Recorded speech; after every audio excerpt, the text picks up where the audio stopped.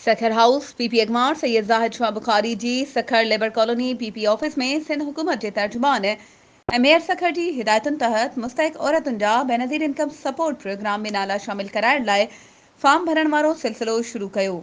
औरतुनि जे वॾे अंग फॉर्म भराया। इन मौक़े ते पीपी सखर हाउस अगवान सैयद ज़ाहिद शाह बुखारी चयो त पीपी जे मरकज़ी अगवान इस्लामदीन शेख एमएनए नुमान इस्लाम शेख ऐं सिंध हुकूमत जे तर्जुमान ऐं मेयर सखर बैरिस्टर अरसलान इस्लाम शेख जी हिदायतुनि ते अमल कंदे ग़रीब औरतुनि खे बेनज़ीर इनकम सपोर्ट प्रोग्राम में नाला शामिल कराइण लाइ अवामी ख़िदमत वारे जज़्बे सां मुस्तहिक औरतुनि जा फॉर्म भरे पीपी क़यादत खे ॾींदासीं त जीअं ग़रीब औरतुनि खे बेनज़ीर इनकम सपोर्ट प्रोग्राम में शामिल कराए खेनि माली सहायता कराए सघूं त जीअं हू पंहिंजे ख़ानदाननि जी किफ़ालत करे सघनि।